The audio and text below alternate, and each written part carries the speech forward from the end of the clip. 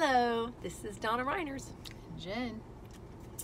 And we are in Friday Fellowship, Friday Friendship, when you solve all the world's problems, or maybe just one. And I don't think I've mentioned this before, although Jen kind of remembers, but I am pretty much a creature of habit. And so what I normally do is when I go to Costco. Hi, Deborah. How are you doing today? Hi, Sherry. Nice to see y'all. Happy Friday. Have y'all lost your car? Hi, Philip. Good to see you. Happy Friday, y'all. Today we're talking about losing my car. Actually, so I'm a creature of habit, and normally when I go to Costco, I park in one specific place, and it's always way in the back on purpose. I like to do that, and then I like to walk back and forth. And I noticed one day, I felt like, you know what? I park in this same place every single time for years. I decided I was going to park somewhere else. And so I literally parked. I parked all the way over. Now I'm at the parking at the Costco at 99 and 10. And I parked all the way over in front of Foshack. Now I did this a couple weeks ago. And when I came out, I went all the way back to where I normally park, always park, and I could not find my car. I looked up and down, could not find my car. And then I looked in the distance like, wait, that looks like my car, a far, far piece off. I thought, oh yeah, I parked way over there. Well, today when we went, I parked all the way over in front of Foshack, and I realized when we came out that we went that way to my car. I instinctively went to that new parking place, which now, because I'd gone and done it one time with intention, although I could not remember really where I parked this time, I knew instinctively that I parked in this place way over in front of Foshack and over near Moe's. What is my point? My point is that you can reprogram your brain if you want to have a change of mind in a specific area. And sometimes it's not that easy. It's very true. However, that's a principle. I knew instinctively, you know what? I need to shake it up. I need to do something different. I need to change it up. And so, but this time when I went out to my car, I literally went back to the new place that I parked, because already my brain knew, hey, I've parked in a new place. And so I want to encourage you, if you are in what you would perceive as a rut, because you do the same thing every single solitary day, you park in the same place, you sleep on the same side of the bed, you take the same pathway when you do a walk, you put on the same shoes every day, you read the same chapter in the book, you read the same kind of book, perhaps you might give yourself an opportunity to do something new with intention, on purpose, to see if your brain will recognize, hey, we're going to go a different way.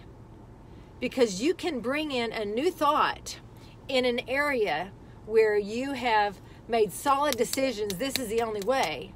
You can bring in a new thought and bring a new pathway that might be healthier, might be happier, might be better for you, might be better for your friends, for your family, etc., might be better for your health, if you do it with intention. And your mind will know that you have a new pathway. Even if you don't remember that you did it, your mind's going to remember. Have a thought? That's really good. Sometimes we can get stuck in a rut and not even know it. Sometimes we know it and we feel stuck and we just think, wow, this is boring, or wow, I don't like this pattern or something like that. But sometimes it's not obvious. It's an area where we just feel kind of like we're just going through the motions. We're not even noticing anything new. You know, I think most people have experienced that weird thing where you're just driving on a path that you take very often, and you zone out, and you realize once you almost are at your destination, oh, I don't even remember the drive here. I just am arrived. There's some scientific explanations for all of that as well, and there's some terminology for that, but it's really just we're just going in a particular pattern in our thinking and just on, like, what do you call it, autopilot. So we're not really experiencing the fullness of life, even in a simple thing like a commute. There's life to be experienced. Wow. Even if you take the same road every day and there isn't an alternative route or whatever. Kind of a different angle from the same thing is I used to take a particular out-of-town trip that was kind of a stressful time for me, and so I remember, and that was before I didn't have a phone with a map on it or GPS, anything like that. So everything I did, I would have to I'm not super directionally challenged. It was a big deal for me to drive out of town through country roads and things like that on my own. I hadn't had a lot of experience with that. So there's this particular trip that I used to take that was kind of stressful, and I did all this prepping beforehand. But I remember one time when Donna and I had actually gotten together and done some just talk about emotions and frequencies and mental patterns and things like that, and did some praying together. And the next time I took that trip, it was like I physically saw all these things I hadn't seen before, and it was catching my eye, even on country roads. Like, wow, I didn't notice those trees, or oh, that sign, or it was just like so many different things were visually sticking out to me that I hadn't noticed, and I wasn't even expecting that or looking for that. It just happened. So sometimes when we get a new way of thinking, we visually see something different or hear something for the first time when it's been there all along. You know, when you learn a new vocabulary word, or you learn about a new product or something, and you're like, this is amazing, I've never heard this before, or that's a weird word. All of a sudden you see that everywhere. Everyone's saying that word. It's even on like a random commercial or on a sign. You're like, I've never even noticed that before. Or you're thinking about a particular type of car, and then you see that car everywhere. It's because we're training, having a pathway of thinking. That's good. Does that make sense to y'all? Have you had some challenges perhaps for the new year yet? Have you been thinking about trying XYZ? Or have you been thinking about how maybe you've been going to the same restaurant for 5, 10, 15 years every Friday night like clockwork because it's tradition? Or maybe you have set the table a certain way every single time. You know what? I talked to someone the other day. Check this out. I talked to someone the other day who, they made this statement to me. Their daughter had done something really cool. And they said, hey, we need to go to dessert afterwards. And the spouse was like, well, why? I said, because that's what we did when I was a kid. And I suggested to this person, I said, well, I wonder if that's a program. And he's like, well, what do you mean? I said, well, are you going to associate every time your child does something good with food? So you set up the expectation every single solitary time they do something big or something where there's an audience, there's people watching, where it turns into a big deal, where they get validation and they feel good about themselves. If you always associate that with food and you always go out for dessert, what kind of mental pathway are you creating in that child that they need in order for them to feel validated? Not only do they need applause, words of affirmation, but they also need food with it. And in this case, it was dessert. Let's get something sweet. Listen, and I told them, I'm not trying to be religious about it or weird about it, but if you set up the expectation inside a very, very small age that, hey, every time you do something good or public, you get to get dessert, what is that going to do with that child when they're 7, 10, 15, 20, 25, 30, 40, 50 years old? And now every time they do something public, they resolve in their mind, hey, I need to have something sweet. Is it wrong to get something sweet? Absolutely not. And I even challenged him. I said, I'm not saying that that's what's happening, but I encourage you to consider, are you creating an expectation inside that person's mind that they're not even going to know that when they're 30 years old and they have a child, they have to have dessert every time they do something public, every time they do something where they get validated? That creates all sorts of opportunities for health hazards. It sets up opportunities for you to introduce things into your physical body that maybe you really don't need or want, and maybe you start stuffing yourself because, hey, hey, I deserve this. Hey, I did this today, so I get to have this. And so now all of a sudden, everything around what you do is focused around food. That could have psychological issues later in life if you do that every single time.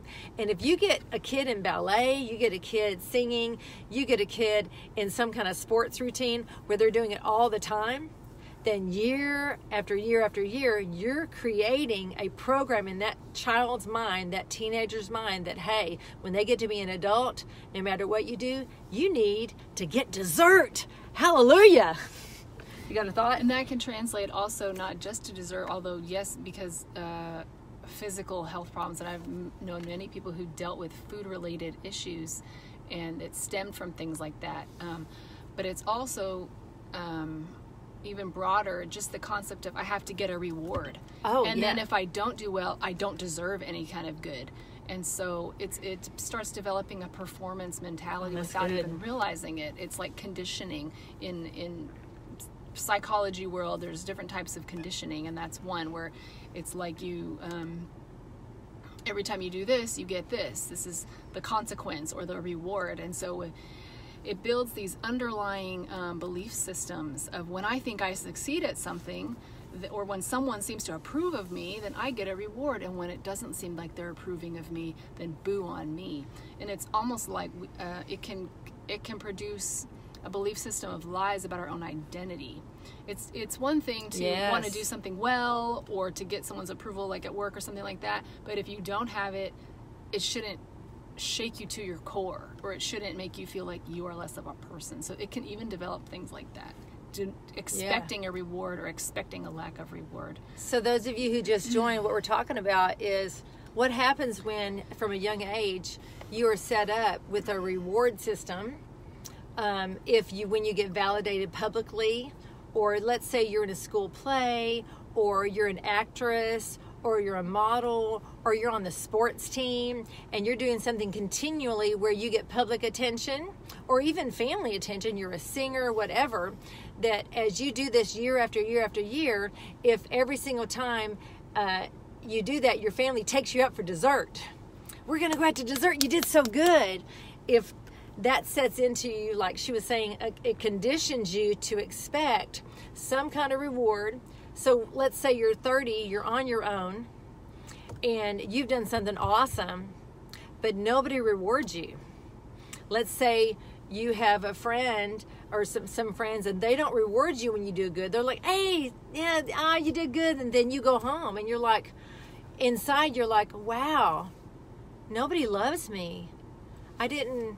Nobody loves me, but you don't even know why you're thinking nobody loves you. You have no clue why you're thinking. And then you think, oh, I must not have done very good.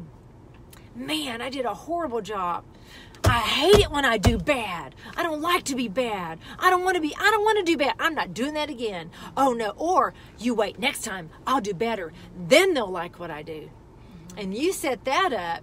You can do that when you're a full-blown adult. That does not just happen when you're a kid, but you can condition yourself into childhood, into adulthood, with the expectation, if nobody applauds you when you're walking down the runway, or nobody brings you dessert after you sang the solo, or nobody takes you out to dinner after you made the team, or your side won, or whatever, all of a sudden you privately feel like a failure. You privately feel like, well, I must not be anybody because nobody even noticed me. Now all of a sudden you're on, nobody notices me. I'm unnoticed. Nobody hears me. Nobody sees me. What do I do to get people to see me? What do I do to get people to hear me? What do I do to get people to notice me? Same type of thing can happen with children or adults, but a lot of times it starts very young. Of when we are shown attention or affection. So I know that some people grow up where they only feel really paid attention to when they're sick or hurt. Wow, so, that's right. Because unless you just had parents that were like, I don't like that, take care of yourself. Most people have some form of nurturing because they're your parents. And for the ones who have very nurturing, attentive, or fearful driven parents or something like that, then they got probably extra care, extra TLC, got special privileges. Well, you don't feel well, so you can eat this thing or sleep on this special place or watch these special things or participate in these things because you're the sick one.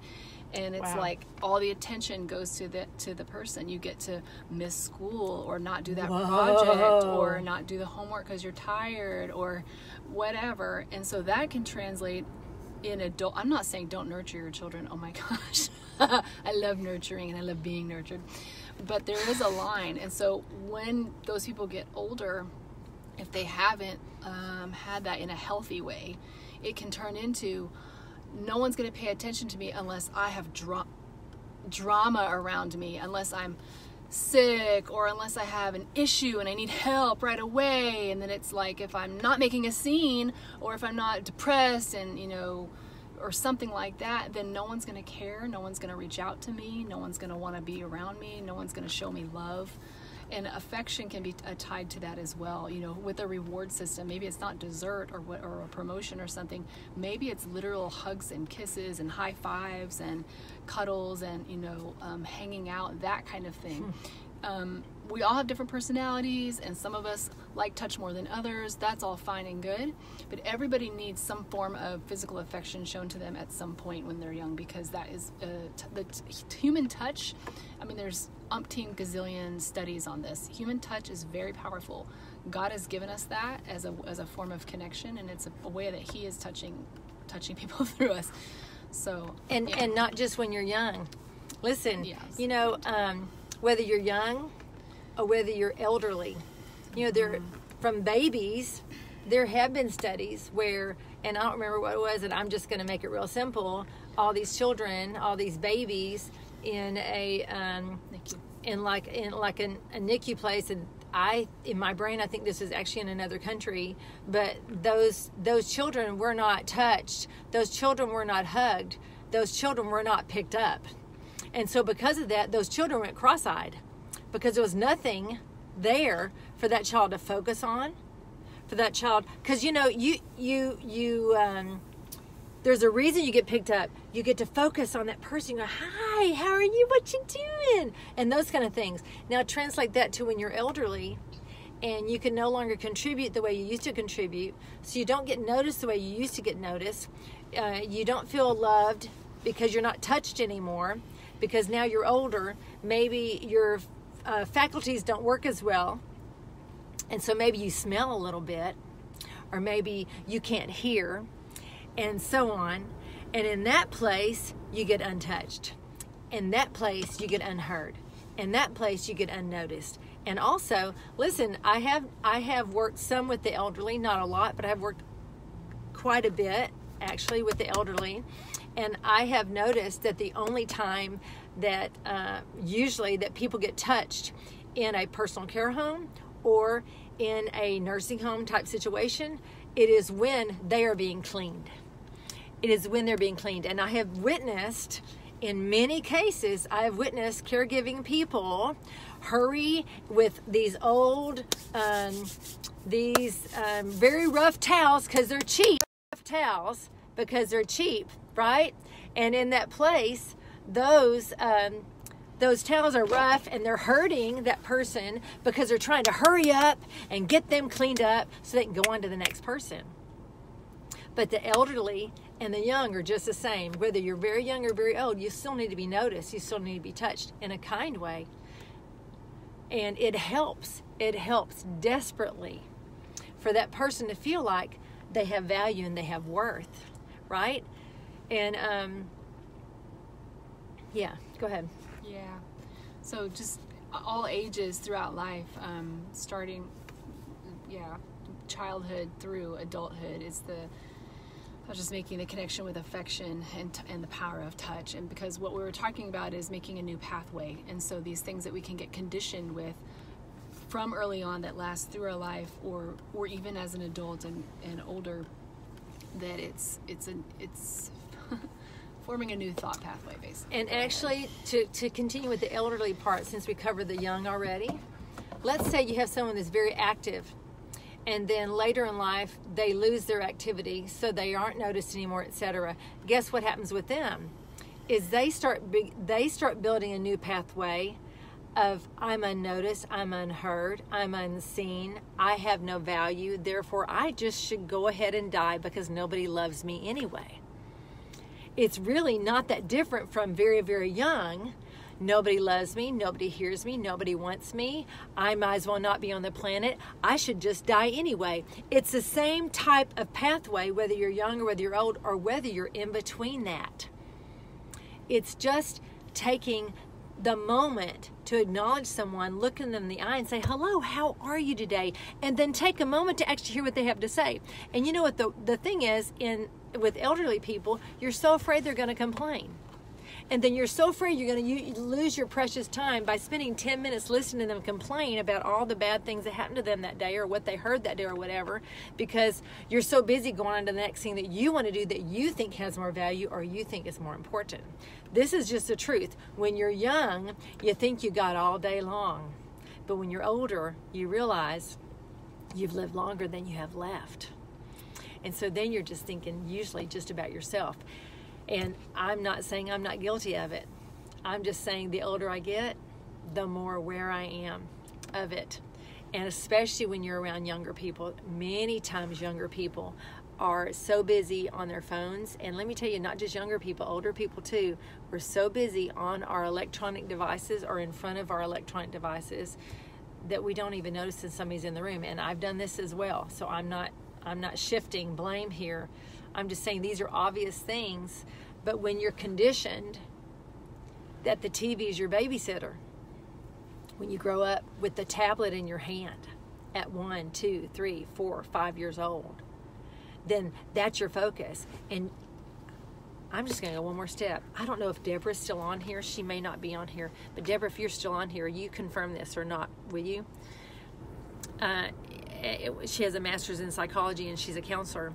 When you're only looking this way, you're not using your horizontal all the way to the fullness, your peripheral to the fullest. You're not using your up and down to the fullest. So you have a horizontal pathway, you have a vertical pathway, you have a left diagonal and a right diagonal pathway. And these pathways are very important for your eyes.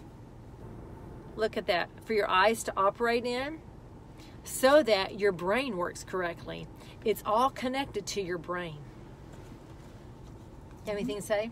Well, and continue then, so if they don't get that. So if you don't get that type of stimulation, so if you're only reading a book, if you're only doing this, but you're not looking to the left, you're not looking to the right, you're not looking up, you're not looking down, you're not looking side to side this way, then your eyes get fixed and your brain doesn't work as properly. Listen, I'm not a psychologist. I'm not a psychiatrist. I'm not a licensed counselor. But I have, you can go anywhere and see the blank stares. There have been times when I've worked with people that literally you put your hand in front of them and they're there, but their eyes don't move because they don't even see your hand move. And they have good vision because their eyes are so set. I want to encourage you today. Don't just stick your eyes here. Wow, we went somewhere deep really fast. Mm-hmm. You need to break in and help me. Yeah, so it's about making a new pathway. Yes, you're making a really good point. We started out talking about parking in a new place. and how that's such an analogy of life, about taking a new pathway, how that can help us see things for the first time, help us get out of a rut, which we may know we're in, we may not even realize we're in. It helps, you know, it reminds me of, a lot of us have seen them, like the movie The Wizard of Oz, when she opens the door and everything's in Technicolor. It's like sometimes we don't even realize our perspective is fairly limited. And when you get in just going through the motions, even if you have a good life and you're just like, yeah, I like my job, I like my house, everything's cool, whatever, but it's always the same, it's probably not the fullness that God has for you. So even if you're like, I got no complaints, I'm thankful, I'm good, I got a simple life, that's fine.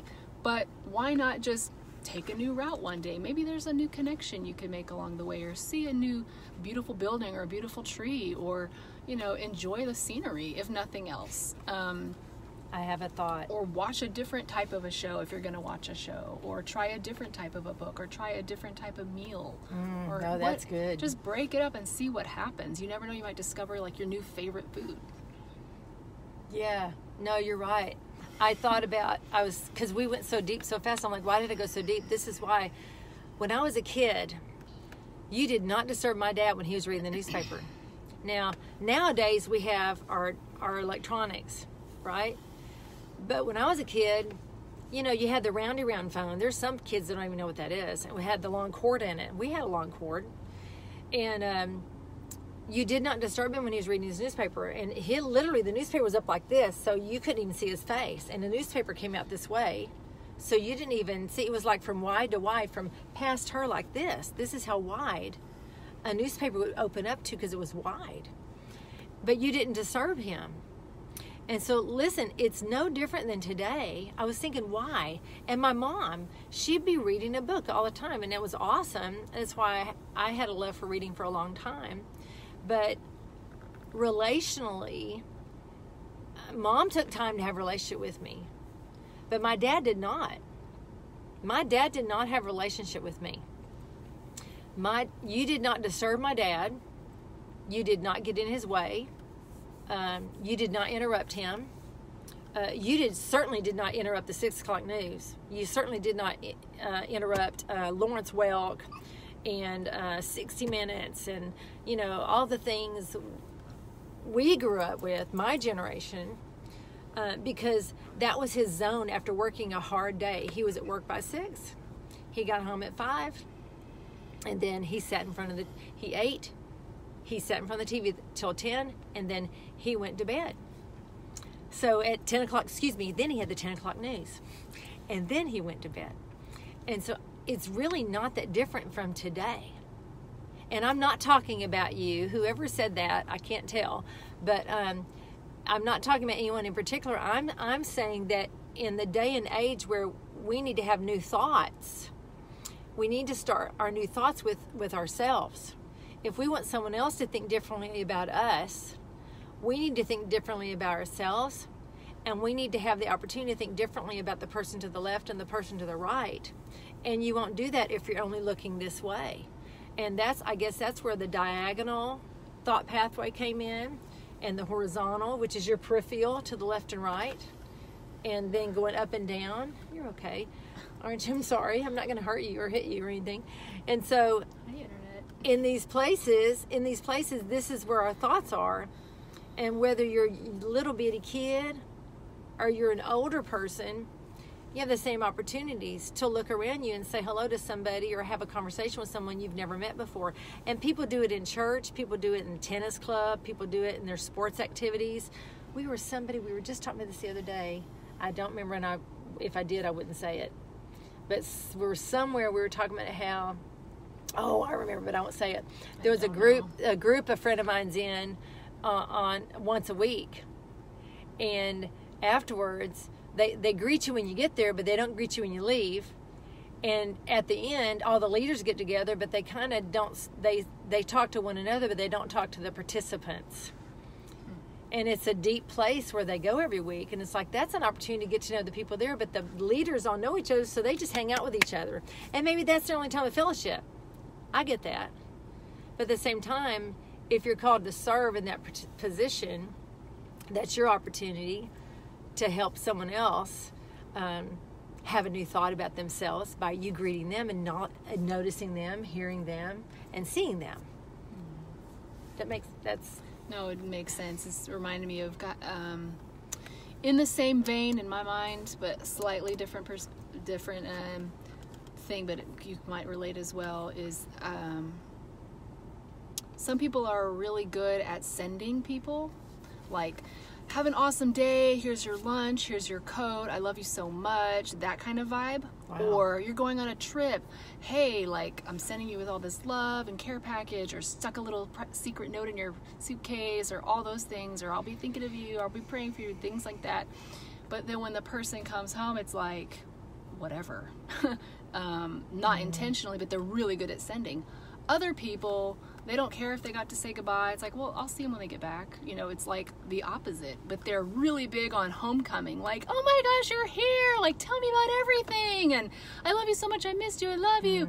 So sometimes we can misunderstand each other's intentions or things like that because we're so used to a particular mode of expression, or this can also translate into how you express love to anyone. If you are like a really big acts of service type person, you love, like, you'll go wash that person's car, or you offer to walk their dog, or you make them a meal, and that's like your biggest way of saying I love you. And that person might receive that with amazing gratitude, or they might think, thanks, but what I really want is just like someone to talk to right now, or someone to give me a big hug, or I just really need to cry, or, you know, can you just help me pay this bill? Wow, it's deep. It's like, but this is not to bring condemnation on anyone. We're all just learning how to relate, but it's still that same kind of concept of the pathway we're used to, and just things I've observed with me and with other people. Because, I mean, I'm 40, but I have lived in a lot of different types of scenarios and known a lot of different types of people, and I do a lot of observing. It's just not even on purpose. I just retain a lot of information and always like just noticing things and noticing 55. People. 555. And so it's just something that I've kind of been pondering not that long ago. Like, man, we're all wired kind of differently, and some of that is a good thing. It's from God, and it's amazing. It needs to stay. Other things, it's in our journey. We're always like, it's unfolding, and as we learn how to relate to different types of people, you know, it's not like, well, this is the way I am. I'm a good old Irish temper, or, you know, well, I'm a staunch, name your denomination, so that's the way we do it. Or I'm a Texan. Or, it's Texas, America, you know, whatever. Oh, my. And so it's all of these minds. We all have them. It may look spiritual to one person, or, you know, patriotic to another person, or whatever, but it's the same kind of thing. Getting stuck in one way. I've thought for a long time, you know, it's not everybody's jam, so to speak, to travel, or to go international, or to even go to a different type of neighborhood, really, or a different type of part of the country. But I have found that I've seen it very valuable in a life, or even if one time, even as an adult, even for a weekend. Doesn't have to be like months and years, this long commitment. Even a weekend in a completely different type of environment.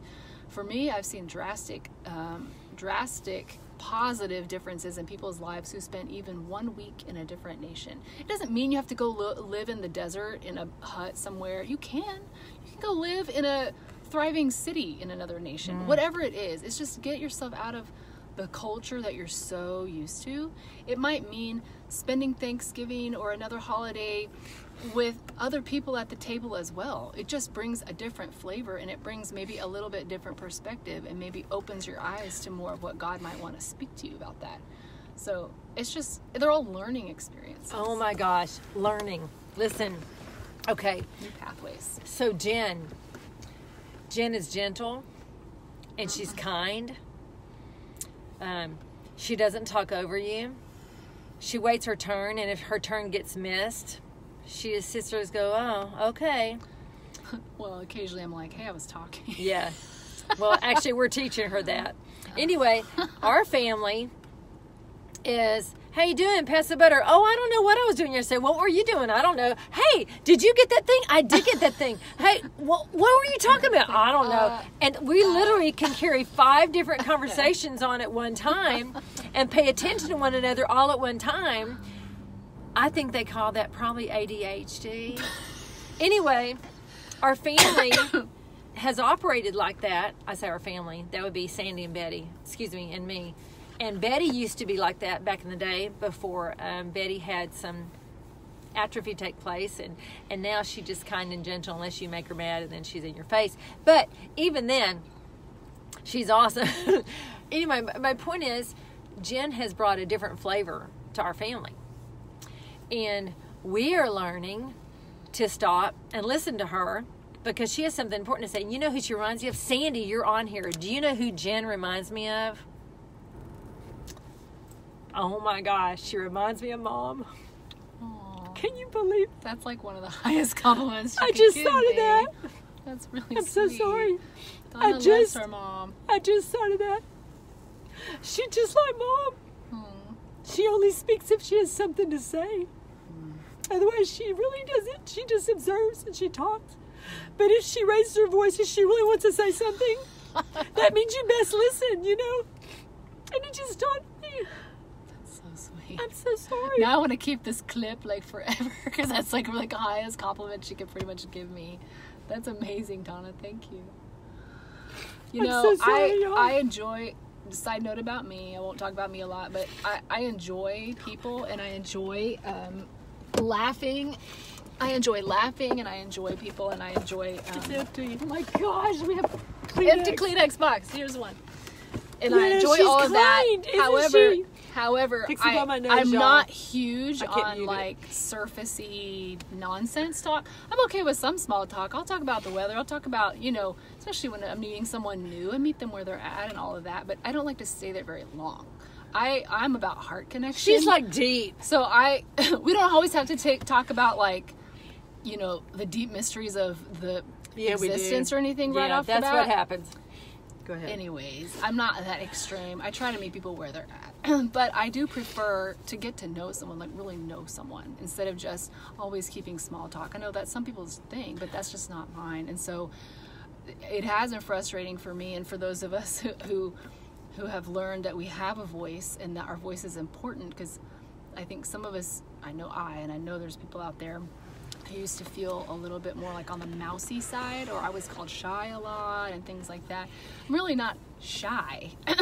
I did have a lot of fear in my life, and then some timidity because of that. I was easily intimidated about things. But as I've been moving forward from those things, there's a healthy boldness that's coming from me, which is a good thing, but it doesn't take away the gentle person that God made me to be.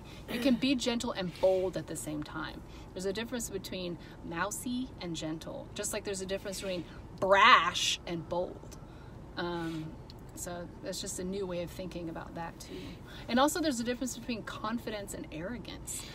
Because I was so on the squished side, anybody who had any kind of confidence, to me it was like overbearing. Like anybody, I had a couple pretty loud roommates when I was in college that I loved dearly, but especially one was known for just her walk in the place and everybody knew she was there, and she laughed loud and talked loud and did everything big. She was precious, but I was like, whoa. Back up, like so much energy, so much volume. This is overwhelming. And so as I grew in my boldness and in my coming out and being more of me while maintaining the gentle person I am, she's learned, I'm talking about the friend, not Donna, although Donna's growing in this too, because it's always about God's so smart doing the whole thing. But this friend learned how to stop and listen as well, or maybe not slam everything so loud and just but not squish her precious spirit either. It's just new pathways. It's all about new pathways. And also talking about confidence and arrogance, if you have not been confident before, like even though I've been expressive, it's only been the last few years I've actually had confidence, like confidence and boldness. Before, I was really full of a lot of fear, and I'm still facing things that I've been fearful of. But I'm growing in a boldness and a confidence, and I'm growing in a security. But if you are someone, let's say, who's timid, and you're around someone that is confident, and all you know is timidity, and you cling to your timidity, you might even think that confidence is arrogance. Right. Because you don't recognize that it's just someone who knows who they are. You just think they're arrogant because you're so fearful. And so it's finding who you are and getting to a place where you're comfortable in your own skin, whether somebody else likes it or not. And some of us really are loud, and some of us, I'm learning to be quiet. I actually am a great listener. I listen to people a lot. And there are times I listen with my heart more than my ears, because I can hear what they mean versus what they're saying. I'll give you an example. There was one time years ago, I was at some kind of little celebration, and we were talking about something on Facebook about best friends or something, and this person was really hurt by that kind of thing, and I know it may sound very strange that they would be hurt by seeing these signs about best friends. And I said to this person, I said, if I've never had children, biological children, so if I took offense and I was hurt every single time I saw a post about someone having a baby or someone holding their baby, I would never be able to get on. I would never even have a Facebook account. I would just be totally offended and live somewhere else and not have any social media whatsoever. This is years ago. And God spoke to my heart and said, but all she wants is a friend. That's what she wanted. And I said to her, I said, listen, I'm pretty bold. I'm pretty in your face. We don't know each other very well, but I'll be your friend. I'm a loyal friend. I'll probably make you mad. I'll tell you the truth. However, I won't lie to you. You won't like me all the time. You might know me long enough to know that you don't want to know me anymore. So, but once you know me and you really know me and you take the time to know me, you'll want to know me forever.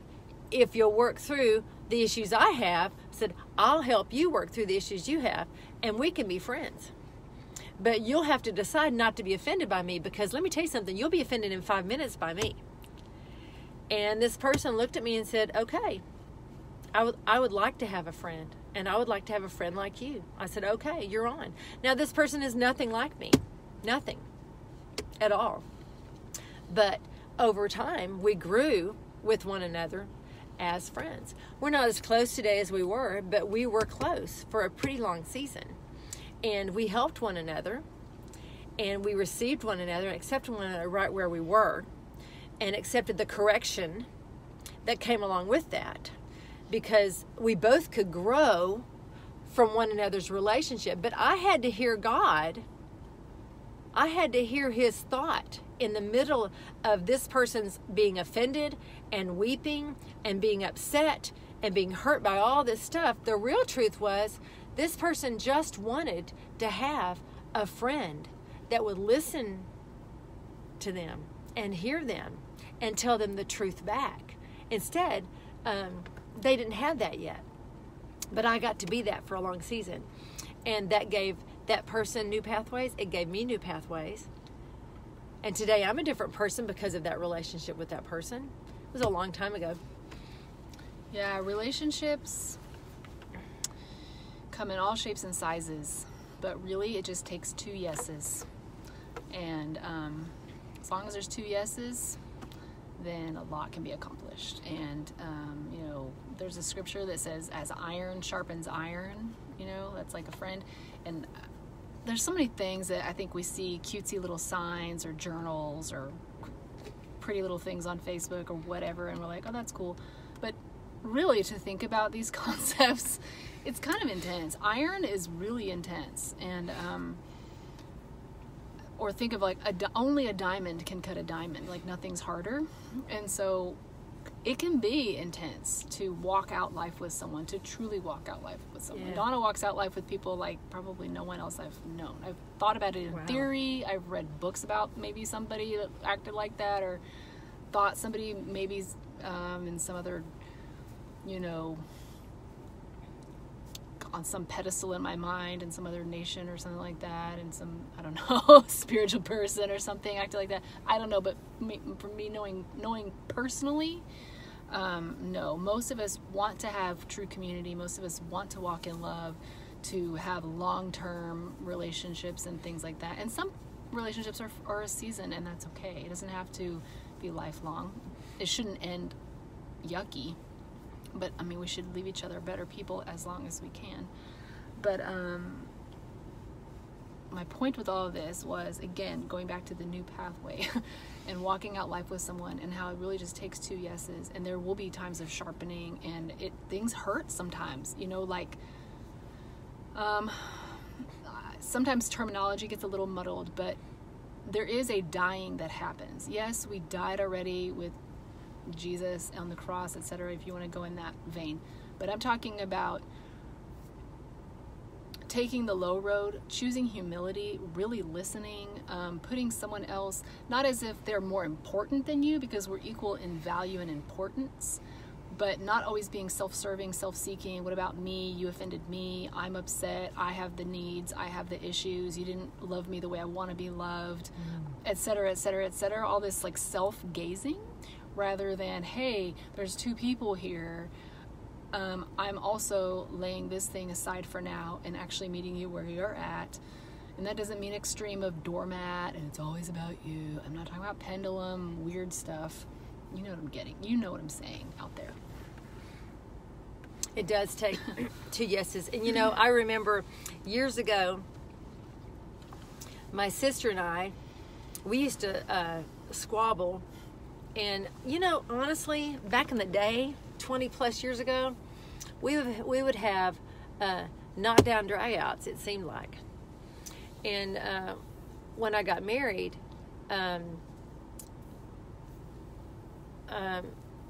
my sister and I still, one of my sisters and I still had issues with our value and our worth.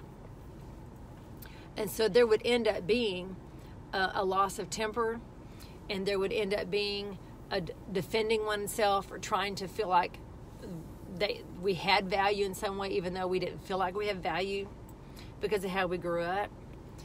And we're not like that now today, thank God.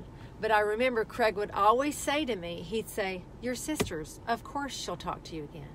I would say something like, "She's never going to talk to me again." He's like, "No, of course she will. Your sister's, of course you're going to talk again." And I would be so concerned because I had that sister on a pedestal. See, I had that sister growing up on a pedestal. And I wanted that sister to love me when I was a kid. And we just didn't have any love in our family. It wasn't her. Our family didn't know how to love one another. Our family only knew anger and shutdown and offense and get up and run away. So it's something she was conditioned into, and something she's been conditioned out of now by the grace of God. And I have as well. But he would say to me, "Your sisters, of course." So what I think is interesting is what Jen said, it takes 2 yeses. Now, in our case, our yeses were, we're blood kin. When you're not blood kin, first of all, you can still be blood kin and be so mad at somebody and get so hurt and so offended that you decide never to talk to them again. I know of situations with people like that. I know situations with people that decide they're not going to talk to somebody, they don't talk to them for 20 years. And they have this story built up by then that is literally false and has nothing to do with all the tea in China. It's absolutely clearly not even close to the truth anymore, because they lived inside their mind so long with all their imaginations and all their paranoia and all their lies and all their possibilities that it ends up being one great big false belief system, not only about the person they're thinking about, but about themselves. And so you can live like that, but you don't have to. If you'll just say yes no matter what. It doesn't mean that you're always going to be right. It doesn't mean that that person is always going to be right. It doesn't mean you're always going to be right. It's not about being right. It's just about being present, being willing, being willing to remain. And you know what? I want to tell you something. Friendship is really, honestly, no different than marriage. But I think sometimes we trivialize friendship and think, oh, well, you know, I can get another friend. Oh, you know, I'm not married, so I don't have to. Or nowadays, the church's marriage is 55% or whatever off. I don't know. It used to be like that. It's like you can just dismiss that person and go on with life.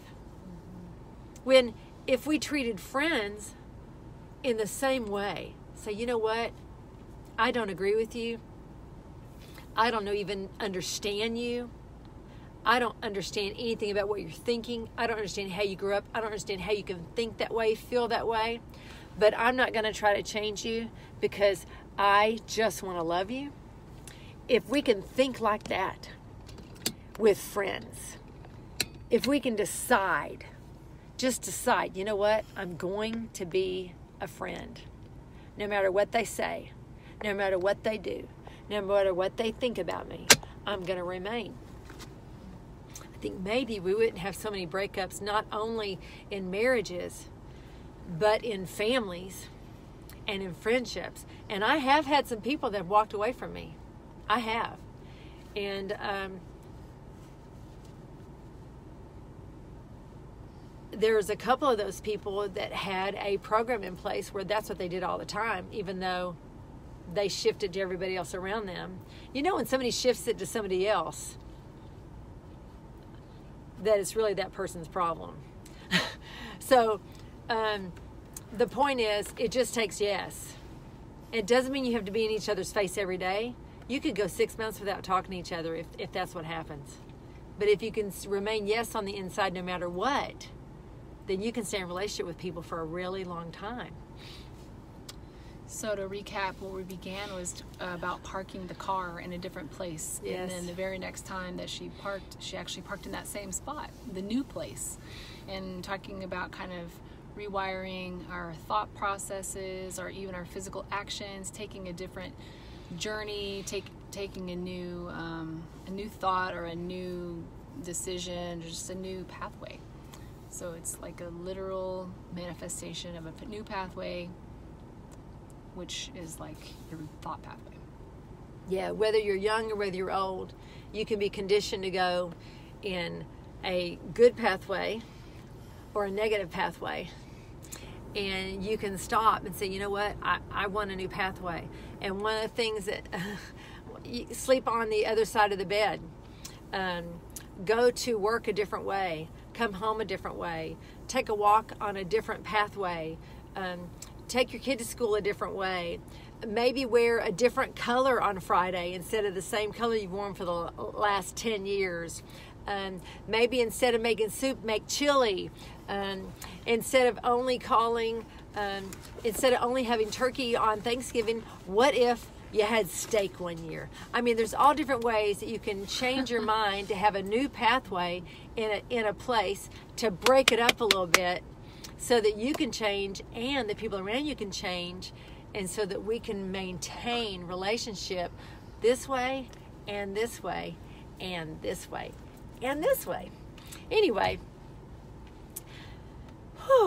this has been a lot. If you're just tuning in, you might start at the beginning, maybe get some popcorn. It's been kind of fun. We've covered everything from being babies to being the elderly, like elderly, to everything in between, to raising your kids, to getting older, to new pathways, to the parking lot, to hating each other in family, to loving each other in family, to my mama, to her dad, to You name it.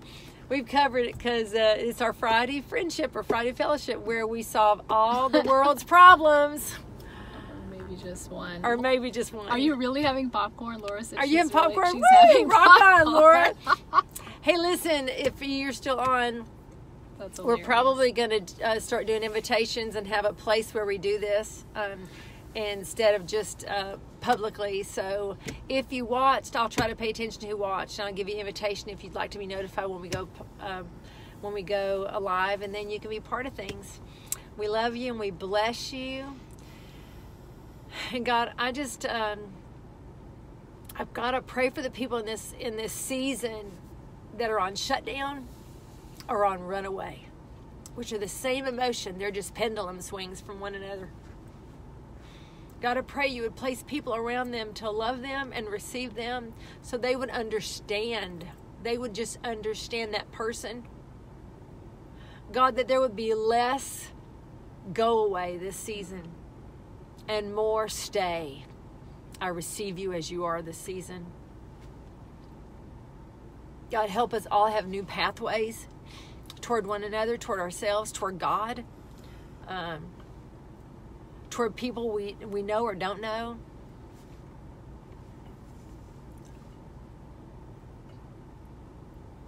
God, help us to keep it real but be kind.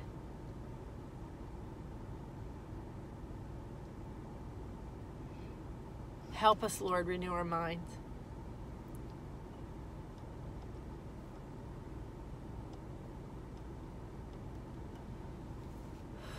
I want to encourage,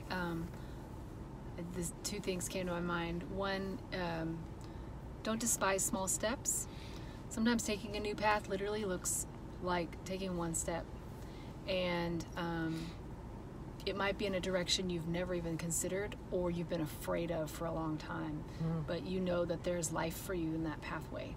And so that God is leading that. And that, so just know that a small step is a big step. And I understand these things. And you can't compare your small step to someone else's small step and vice versa. Some things that I've done in my life that felt huge and took so much courage were like flick it away like nothing to someone else, and vice versa. Some things I can just get up and do like it's no big deal. To other people it's like, oh my gosh, look what I accomplished. And I'm like, that's normal. But we need to celebrate when we do know each other's steps, because every small step is a big step to someone. And then the other thing was and forming a new path. Yes. Even if you just one do step it at a time. Even if you just do it temporarily or just try something, doesn't mean you're marrying that and you have this whole lifelong commitment of this something new. Just be open to something new. And then the other thing is more like a pendulum swing of gosh, I had it. There were two things. One is a small step. Oh, and if it is especially if it's an area of fear, I just really feel that highlighted, because sometimes we are supposed to just bite the bullet and say, even though we're freaking out, I'm going to do this big, giant, amazing, bold move. And we just get to do it, and we don't have to wait until we feel all ooey gooey inside and like everything's cool. Exhibit A. So sometimes you just have to take that big leap or just go for it and know that God's got your back. And I'm not saying be unwise and do something foolish to harm yourself or harm somebody else. I'm not saying any of that. I'm saying go for it. If there's a dream that you have, it's been on your heart for a long time, or there's that conversation that you've needed to have for a long time, something of restoration, or you want to try a new hobby and you've been like, well, I don't know, am I too old for that? Or am I like the one who I've never learned how to, maybe you've never learned how to swim. That just came to my mind. You're like, well, I'm 55 years old. Go for it. Take swim lessons. Who cares if they're all young or whatever? You're being brave. So small steps, big steps, just take a step. Amen. Amen.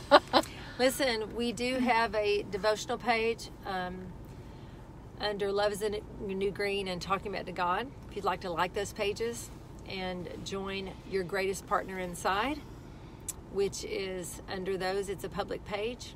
We do have devotionals on Tuesday, Wednesdays, and Thursdays, anywhere from 9 to noon. we'll try to get better at an exact time. And Thursday night, we usually have prayer around 9 or 10 o'clock. Also, tonight, we're going to have Slipping with Sandy, which is slip in the water. Slip in the water with Sandy. Around, 10 or 11 o'clock, Sandy? Let me know. Sometime tonight on your greatest partner inside, if you would like to join in. She'll be live there. And I'm sure she will take prayer requests. We have some we've been praying for. And we pray on that page for specific people, even though it's a public page. And we also do pray privately for people that want private prayer. And we have people that will call you and pray for you if you have a private need or just want some support and prayer. So be sure to like Talking Back to God and Love is the New Green. I'm trying to merge the two pages, but Facebook, sometimes they just want to be in charge. I have to prove that they're one. And so we'll do that. So your greatest partner inside, please do just ask to join. And if there's a place to comment, just say where you're from or whatever. And I'll say approval. Anyway, we bless you today.